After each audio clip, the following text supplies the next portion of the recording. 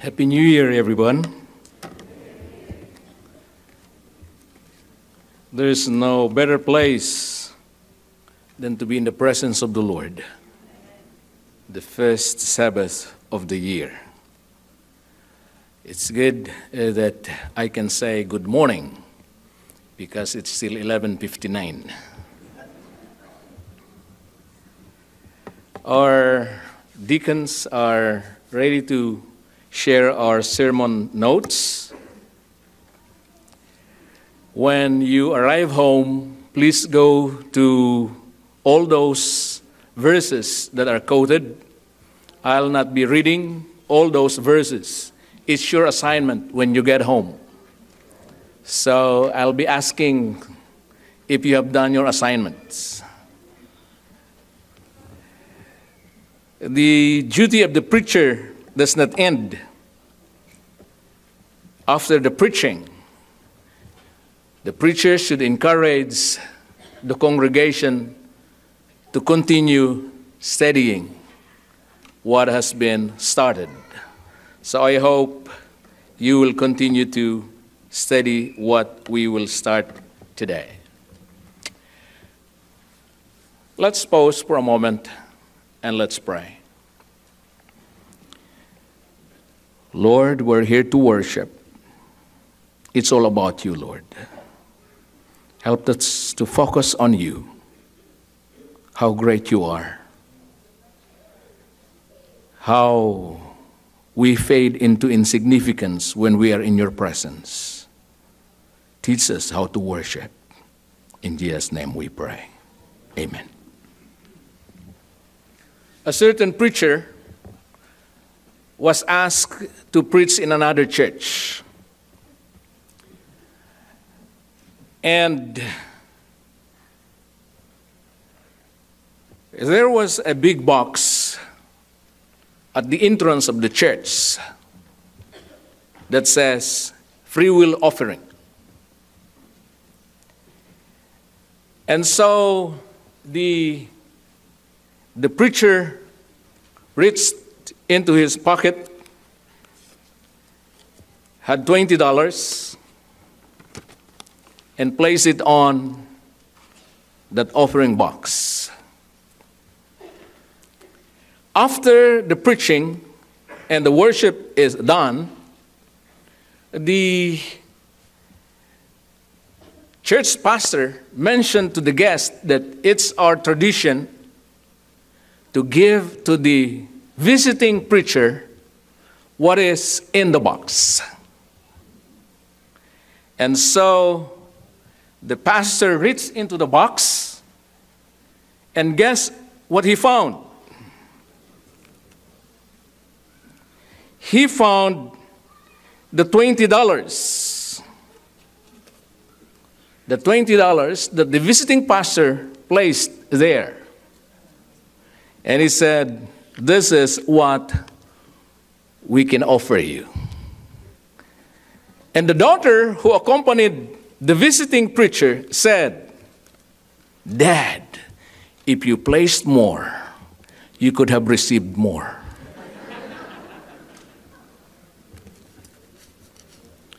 Our subject for today is about worship. There is a lot of misconception about worship. People think that when we come to church, we worship. But not all who come to church experience real worship. That's why at the start of the year, we would like to spend time knowing more what God expects us when we come into His presence to worship. Open your Bibles now to Ezra chapter 3. When you go back to Ezra chapter 1, it's after the fall of Babylon.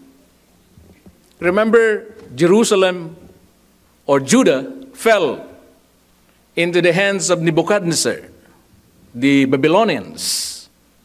And so when the next kingdom rose under Cyrus, he had a decree that those who were from Jerusalem can go back and rebuild Jerusalem. Now in chapter 3, did you bring your Bibles with you? Okay, let's open them now. Just don't depend on what is in the screen. And when the 7th month was come and the children of Israel were in the cities, the people gathered themselves together as one man to Jerusalem. Verse 2, then stood up Ezra, and in other verses is Jeshua, the son of Josadak, and his brethren the priests, and Zerubbabel, the son of Shealtiel, and his brethren, and build the altar of God of Israel.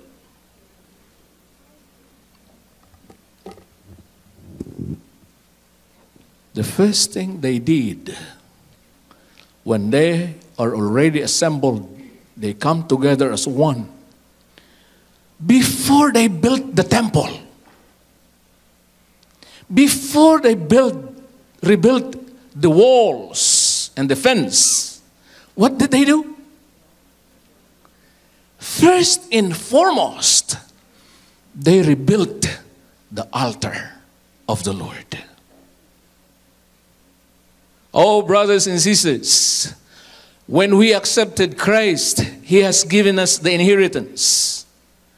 When the Lord promised Israel that they will go to Canaan, it will be their inheritance. But they forfeit the blessings of inheritance because of their rebellions. They were allowed to be conquered and to become slaves because of their hard-headedness. Sometimes, because of our failures, because of our iniquity, we forfeit the blessings of our inheritance. Remember that we have already received, in Ephesians, we have already received the earnest of our inheritance. Our inheritance is not when we get to heaven. Our inheritance is received when we accept Jesus as our Lord and Savior. But the blessings sometimes we forfeit because we serve other God and not the God who created the world and gave His life for us. And so, in our coming back to Him, the first thing that we need to do, the first thing that we should focus on is not on, Lord, what is my resolution? What are the things that I should do? What are the things that I should accomplish? The first thing that God expects us is rebuild the altar. What does it mean? The altar is the structure where they offer their burnt sacrifice. The altar is the place of worship. The altar is the first step in reconnecting with the Lord. First Sabbath of this year, we'll talk about worship because we want to rebuild the altar of the Lord in our lives, in our church, in our family. Because whatever we do, unless we have the real spirit of worship, everything we do will be in vain. Coming to church is great. But coming to church to worship is the best thing that we can experience. And so we will realize that in the scripture, worship is the central theme. Why? Right after the creation of the world, God placed special emphasis on worship. Why did He add another day when everything has been done? The sea, the sky, the permanent, the fruits, the trees, the sea, everything was already there. But God added a day. Why? Sabbath is for worship. It's the first day for Adam and Eve. And the first day was for fellowship with the Lord in a worship atmosphere. And in the last days, we are told that the issue will be based on worship. Remember the three angels' message? The call is worship the one who created the heavens and the earth. The reason why the Sabbath is one of the issues because it's the outward manifestation of our obedience to the Lord. But unless we have the right spirit of worship, the right day does not mean anything.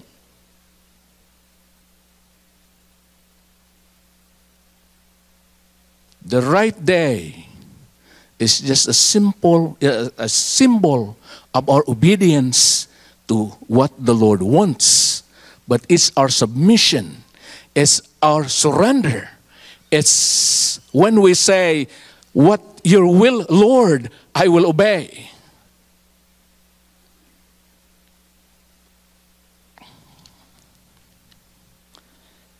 You remember that right after the flood, what did Noah do right after they disembarked from the ark? Build the altar of the Lord. And what did they do? They worship. Worship is so important as a response to what God has done to us. And you will look into the verses that I have cited in our notes. Abram, when he was called by the Lord, he built an ark and worshiped the Lord. As he went from places to places, once the Lord has done great and marvelous things to him, he built an ark. That's why even Jacob, when he saw the ladder, what's that place he called? Bethel. He built an ark. That's why he built the altar. That's why wherever Abraham went and Jacob, you will always see an altar of worship. Why? Because worship is God's plan for us to remember who He is and who we are.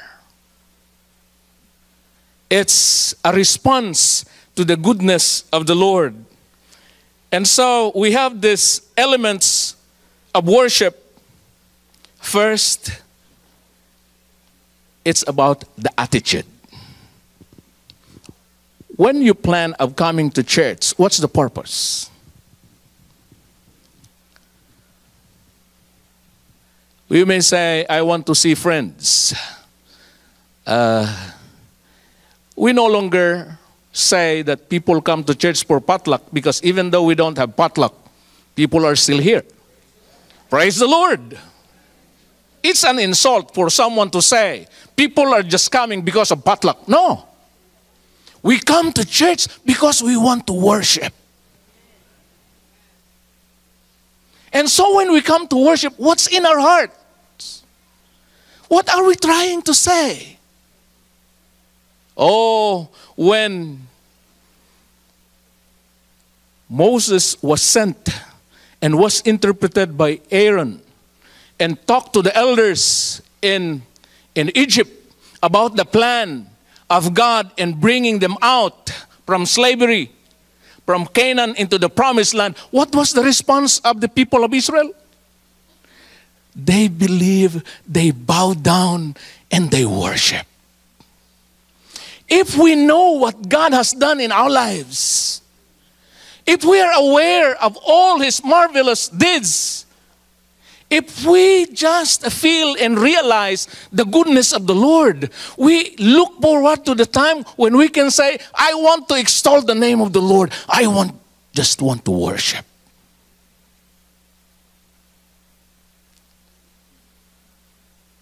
This Israelites had been there generation after generation, 400 years. If the Lord will not intervene, they will become forever slaves, beaten by their masters.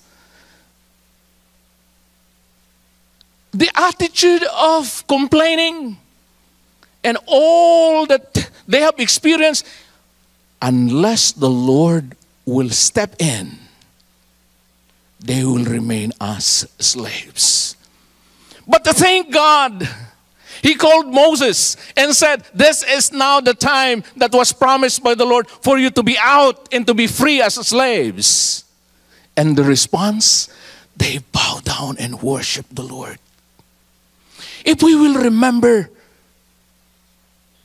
how we are all affected by sin, how we become slaves to our evil habits, how we've been tormented by our rebellious deeds, and suddenly we met Jesus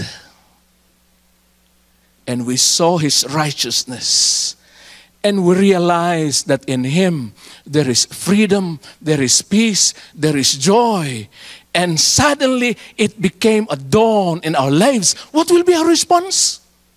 We come and say, Lord, you are everything to me. You have done all these marvelous things. Without you coming to my life, I will forever be a slave to sin. Oh, it's an honor to worship with the attitude of praise, with the attitude of gratefulness, because worship is an acknowledgement of who God is in our lives. He is our Creator. He is our Redeemer. That's why Sabbath is a special day of worship, because Sabbath reminds us that we are created. He is our Creator.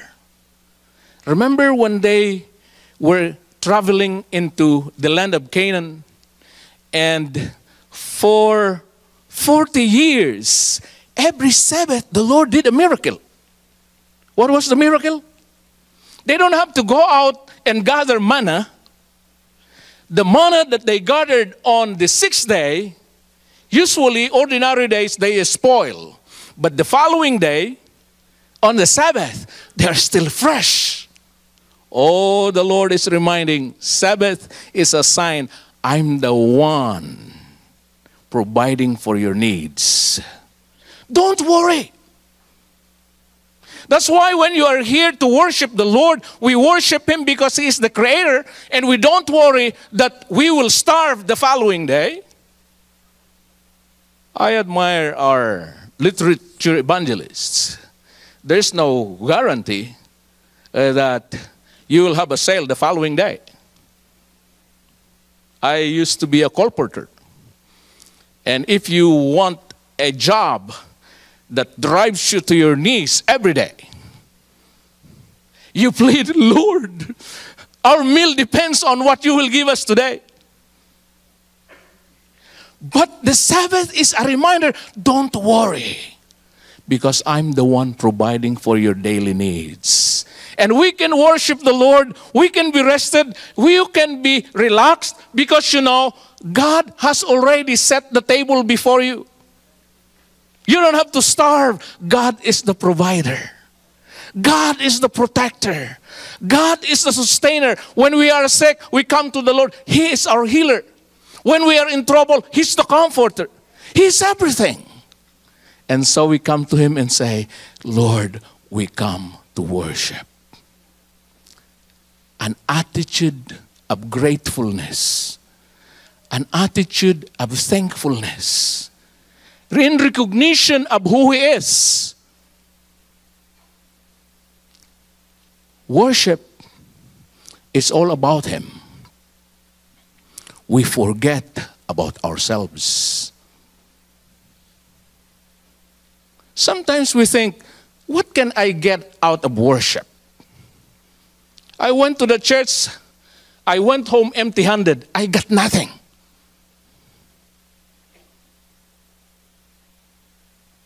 Worship is not for us to get something. Even though we are blessed by worship, but that is not the main intention why we worship. Worship is for the Lord. Have you attended a retirement party and you see people giving gifts and you wonder why? I don't have anything. And all they say is about the one who retired. How about me? Is it not ridiculous expecting something that is not for you? Wait until you retire, that you may have gifts and all of the tributes. But worship is for the Lord. Don't wait that after you sing, someone will say, Mahalya, that was a very wonderful song. Even though it's good, it's right, but it's not for our own glory. It's not for our recognition. The song and the play of Brother Dave is not for us. It's for him.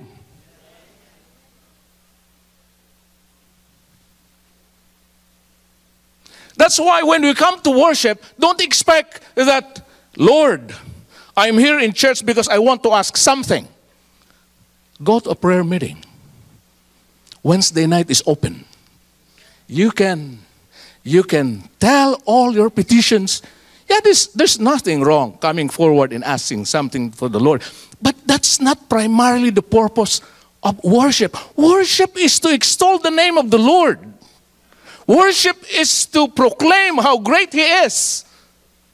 Worship is to forget about ourselves and talk about the goodness of the God we serve. That's the attitude that we present the Lord with when we come to Him for worship. When you practice your songs, when I try to do my sermon, it's not about the praises that I will receive. The Lord said, I will not share my glory with anybody. If I share the glory, I rob God of the glory that only belongs to Him. That's why sometimes we are fond of extolling one another, when in fact it should be the focus is of the Lord. And yet, when we are not recognized, we go home and say, I'll not do it again. Sometimes we say sundown worship, and yet we're tempted to have a tribute for fathers. And sometimes mothers. There's nothing wrong having tribute. But that's not worship of the Lord. That's worship of fathers. That's worship of mothers. When it comes to the worship of the Lord, the tribute, the honor, the glory should only for Him. That's what we should revisit, the way we do our worship, because the Lord might not be pleased, because sometimes we praise each other and God is forgotten. What else? We worship the Lord. We bow down and prostrate ourselves before Him to show that we are nothing without Him. The Greek word for worship is proskuneo. I'm not fond of using Hebrew and Greek, but proskuneo is a picture of a dog that when the master comes, you see what the dog does when the master comes? He wags his tail, but he lowers his head on the ground or on the floor, showing that I'm just a dog and you are my master. In worship, we prostrate ourselves before God. You know how the practice of the Eastern, of those who are in the Bible, you know what the 3 Hebrew young men did? They bow down. They they even lower their head on the floor. That's their practice. Why? It's a manifestation that I'm nothing and you are everything. And when we approach God, forgetting who we are, forgetting what we have accomplished, because worship is a rebuke to our self-centeredness. Sometimes, me included, when we have the chance to say something, we say, this is what I have done. This is what happened. Because of me. That's not worship. That's extolling self. And when we come to the Lord and worship Him, we forget about ourselves. We say, I'm nothing and you are everything. Second, the element or the attitude of awe and reverence. Worship, we enter into the presence of God with the purpose of exalting Him. But we don't forget, because sometimes we become so familiar and we even say, hi, Dad. You can say that to your father, earthly father. But remember, He is the Most High God. He is omnipotent. He is omniscient. He's the creator of the world. And when we come to Him, we should not forget we are just creatures. Yes, He wants us to come close to Him. But don't forget, we're still creatures. And He is our God. There should be the element of awe and respect. How do you feel one day when my boy was still, he knows already what I'm going to say. The moment I came in, he said, hi, dude. He calls me dude.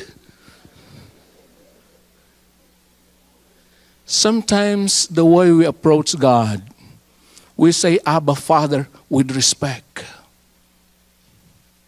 There are those who cross the boundary of respect and reverence. They will say, hello, Father Jess. You don't call Jesus with a different name, as if He is just an ordinary person. When the angels worshiping God, they even cover their faces with their wings. And so when we come to the throne of God's grace, when we come and enter the sanctuary, even though God wants to be near us, but remember to be respectful and be reverent in the presence of the Lord. We are His creatures. He is our Creator. Next one is when we come to Him, we should have a repentant spirit. In Psalm 24, I would like to read this with you. Let's go. Psalm 24. And I would like us to all read this all together, because this is so beautiful. Are you there? Psalm 24. Let's start with verse 1. The earth is the Lord's, and the fullness thereof, the world that they that dwell therein. For He hath founded it upon the seas, established it upon the floods. Who shall ascend into the hill of the Lord?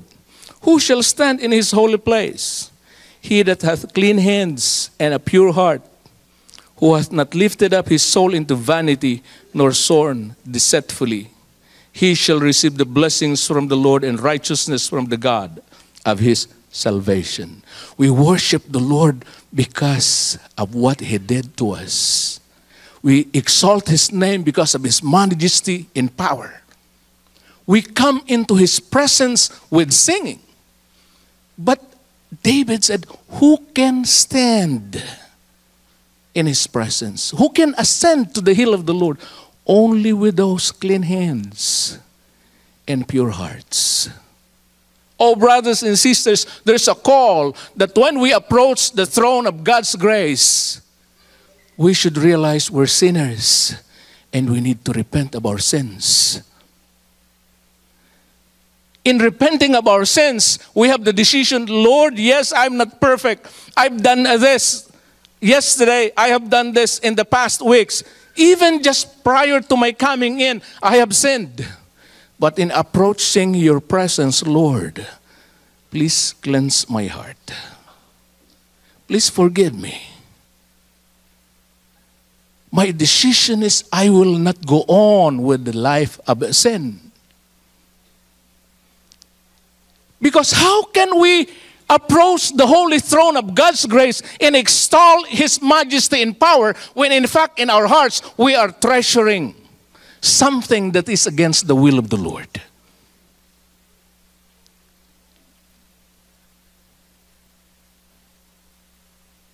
We are told that somebody went to a priest and asked that he be given the chance to be forgiven of his sins. And he said, say prayer of Hail Mary and of Our Father, 3 of each.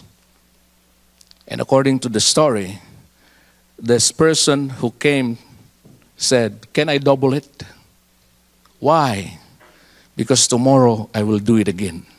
So I'll ask now before I commit the sin. That is not the kind of worship the Lord wants.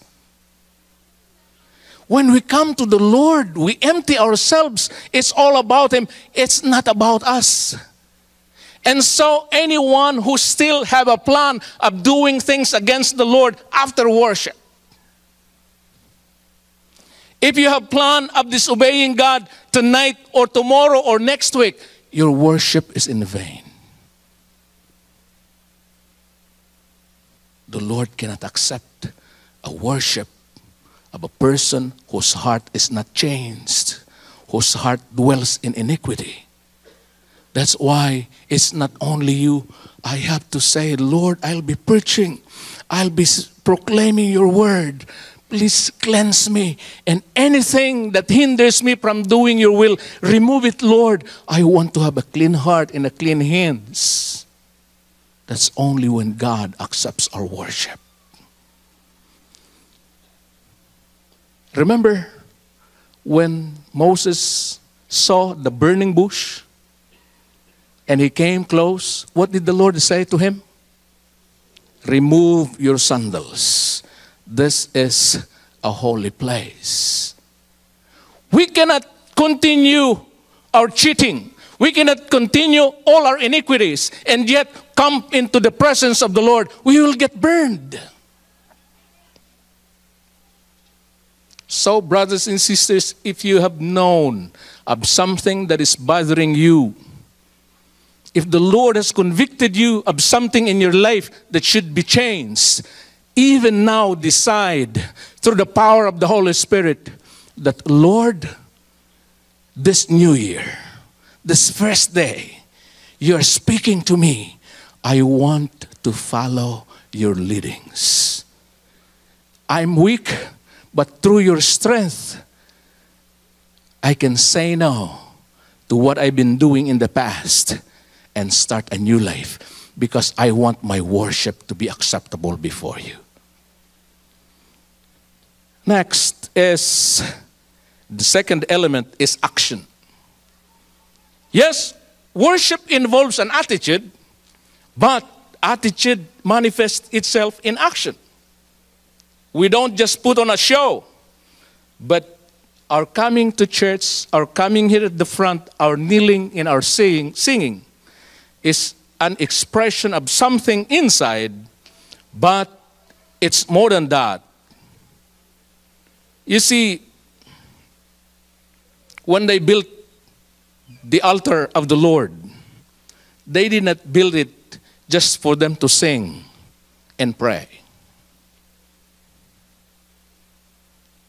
was the reason why they built the altar.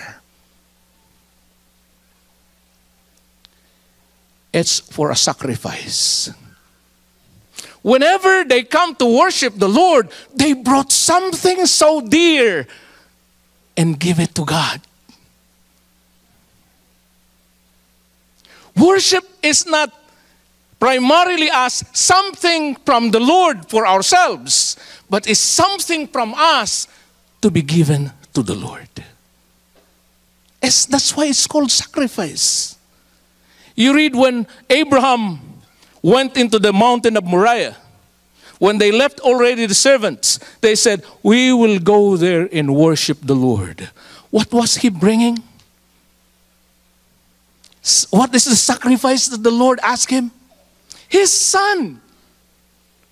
It's everything in his life. It's about his future. It's about his family. It's about his relationship. And the Lord says, give it to me.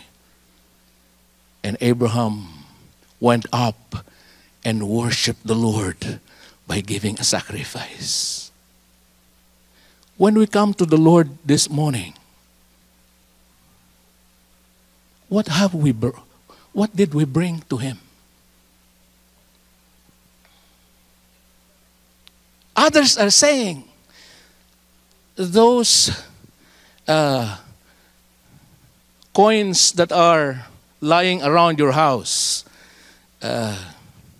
gather them and give it as an offering. Do you think the Lord will be pleased? When we give our offering, we get the smallest. That's why when you ask the deacons or the treasurer, counting the offerings, what's the most common bill that you find? $1. Is it not an insult to the Lord? After He did all the marvelous things in our lives, after healing us, after protecting us from accident, after the whole year of blessing, when we come to the Lord, we get the smallest bill and give it as an offering. And we call it worship. Is that the worth of God in our lives? Oh Lord, sorry. Forgive us, Lord. Because we thought worship is, Lord, protect me. Lord, give me this, give me that. Worship is a sacrifice. Worship is giving something to Him that is so dearest to us because we forget ourselves and it's all about Him.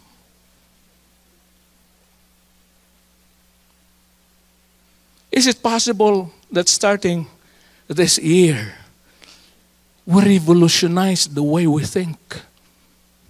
That when we come to worship, we have something precious to give to the Lord. It's not only money. Our time. We should be doing something else, but we sacrifice our time for Him. But how many times do you think, it's the waste of my time? It's not your time, brothers. When you come to worship, it's not your time. You give it as your sacrifice to the Lord. When you give your talents to the Lord, it's not you, it's for Him. And when you give everything to Him, oh, the Lord says, yes, that's an acceptable worship. And then, our lifestyle of obedience. It's not only what happens in the church that is called to worship. It's what we do every day. When we give ourselves to the Lord for worship, we tell Him, Lord, I am yours. What happens after worship? If I am yours, Lord, you will determine the life that I live. If I'm yours, Lord, you will program my life. The way I spend my money, the way I spend my vacation, the way I program my life, it's no longer me. Because we have already given ourselves to Him. Remember what Apostle Paul mentioned in Romans 12, verse 1 to 3. Present your bodies as a living sacrifice, which is your reasonable, what? Worship. The greatest worship, we don't bring a burnt sacrifice to the Lord. We give ourselves. And whatever we do for the Lord becomes our greatest worship. We sacrifice our dreams, we sacrifice our labor, we sacrifice our own ambitions, because when we worship, we give Him what is due Him. All of us are wired for worship. Either we worship God or we worship someone else. And if we don't do the real worship for the Lord, the tendency is we worship ourselves. How many hours have you spent before a mirror and admiring yourself? How many times we look into our money and we think of ourselves? How many times we look into what car will fit us, what house for us?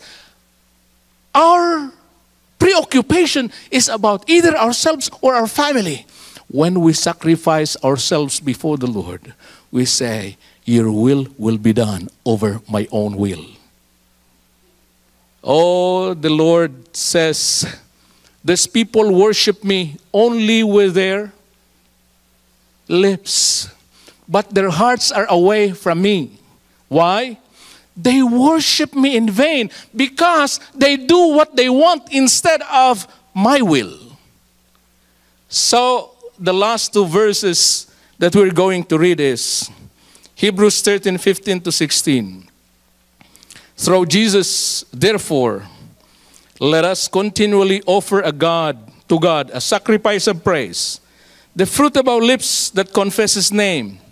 Do not forget to do good, to share with others, for with sacrifices, God is pleased. It's beyond what we do in church. It's what we do every day. If we obey the will of the Lord, if His will is paramount than our will, then it becomes a sacrifice that is pleasing before Him. And the last verse is Psalm 46:8. Sacrifice and offering you did not desire, but my ears you have pierced. Burnt offerings and sin offerings you did not require. Then I said, here I am. I have come. It is written about me in the scroll, I desire to do your will, O my God. Your law is within my heart. Our offering, as important as it is, our coming to church, as important as it is, that is not the most important thing. The most important thing is we have in our hearts the will to love the Lord. The desire to ourselves to Him fully. Remember that the sacrifice is always based on the future. In the Old Testament, the sacrifice is always pointing forward to the sacrifice of Jesus. The burnt offering is killed and is offered, pointing us that God will do anything for us for our salvation. Our worship is based on our salvation in Jesus. In response, we say, Lord, we will do our best because we appreciate the salvation we have in Jesus. What's the point of worshiping if you are not saved by the blood of the Lamb? My appeal this morning to you, brothers and sisters, if there's someone here who loves to come to church but you have not given your heart to the Lord yet, the Lord is telling you, it's high time you give your life totally to Jesus. because worship is based on the sacrifice of Christ for our salvation. We accept Him. And when we worship Him, we do so because Christ has done what is needed for our salvation. And my next appeal is for the officers of the church. We have accepted this responsibility. We don't just give our time, our efforts. We don't just make ourselves available for work B, for the repair, for receiving of offering, for visitation. We give ourselves to Him. Totally to Him. Because He gave Himself totally for us too. Can I ask our officers, if at the start of the year you will say, Lord, I don't just come to worship, I give myself to, that your will be glorified in my life. I give myself to you for service. Are there some church officers who will come to the front and say, Lord, I'm committing to you my time, my efforts, my resources, my talents, so that your will be done in my life, in my church, and in my family. I call on Pastor Clements to come forward to have a special prayer of dedication. If you are not elected as officers for this year, but you feel like the Lord is calling you, it's not late yet. You can join us, you can come, and there will always be ministries available for you. As long as you're willing, as long as you're available, God has something for you as you give yourself.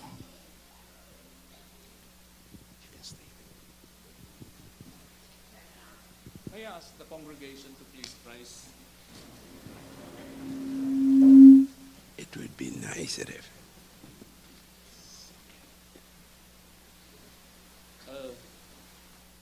Pastor Clements is requesting that we do this while everybody will kneel. Let's all kneel.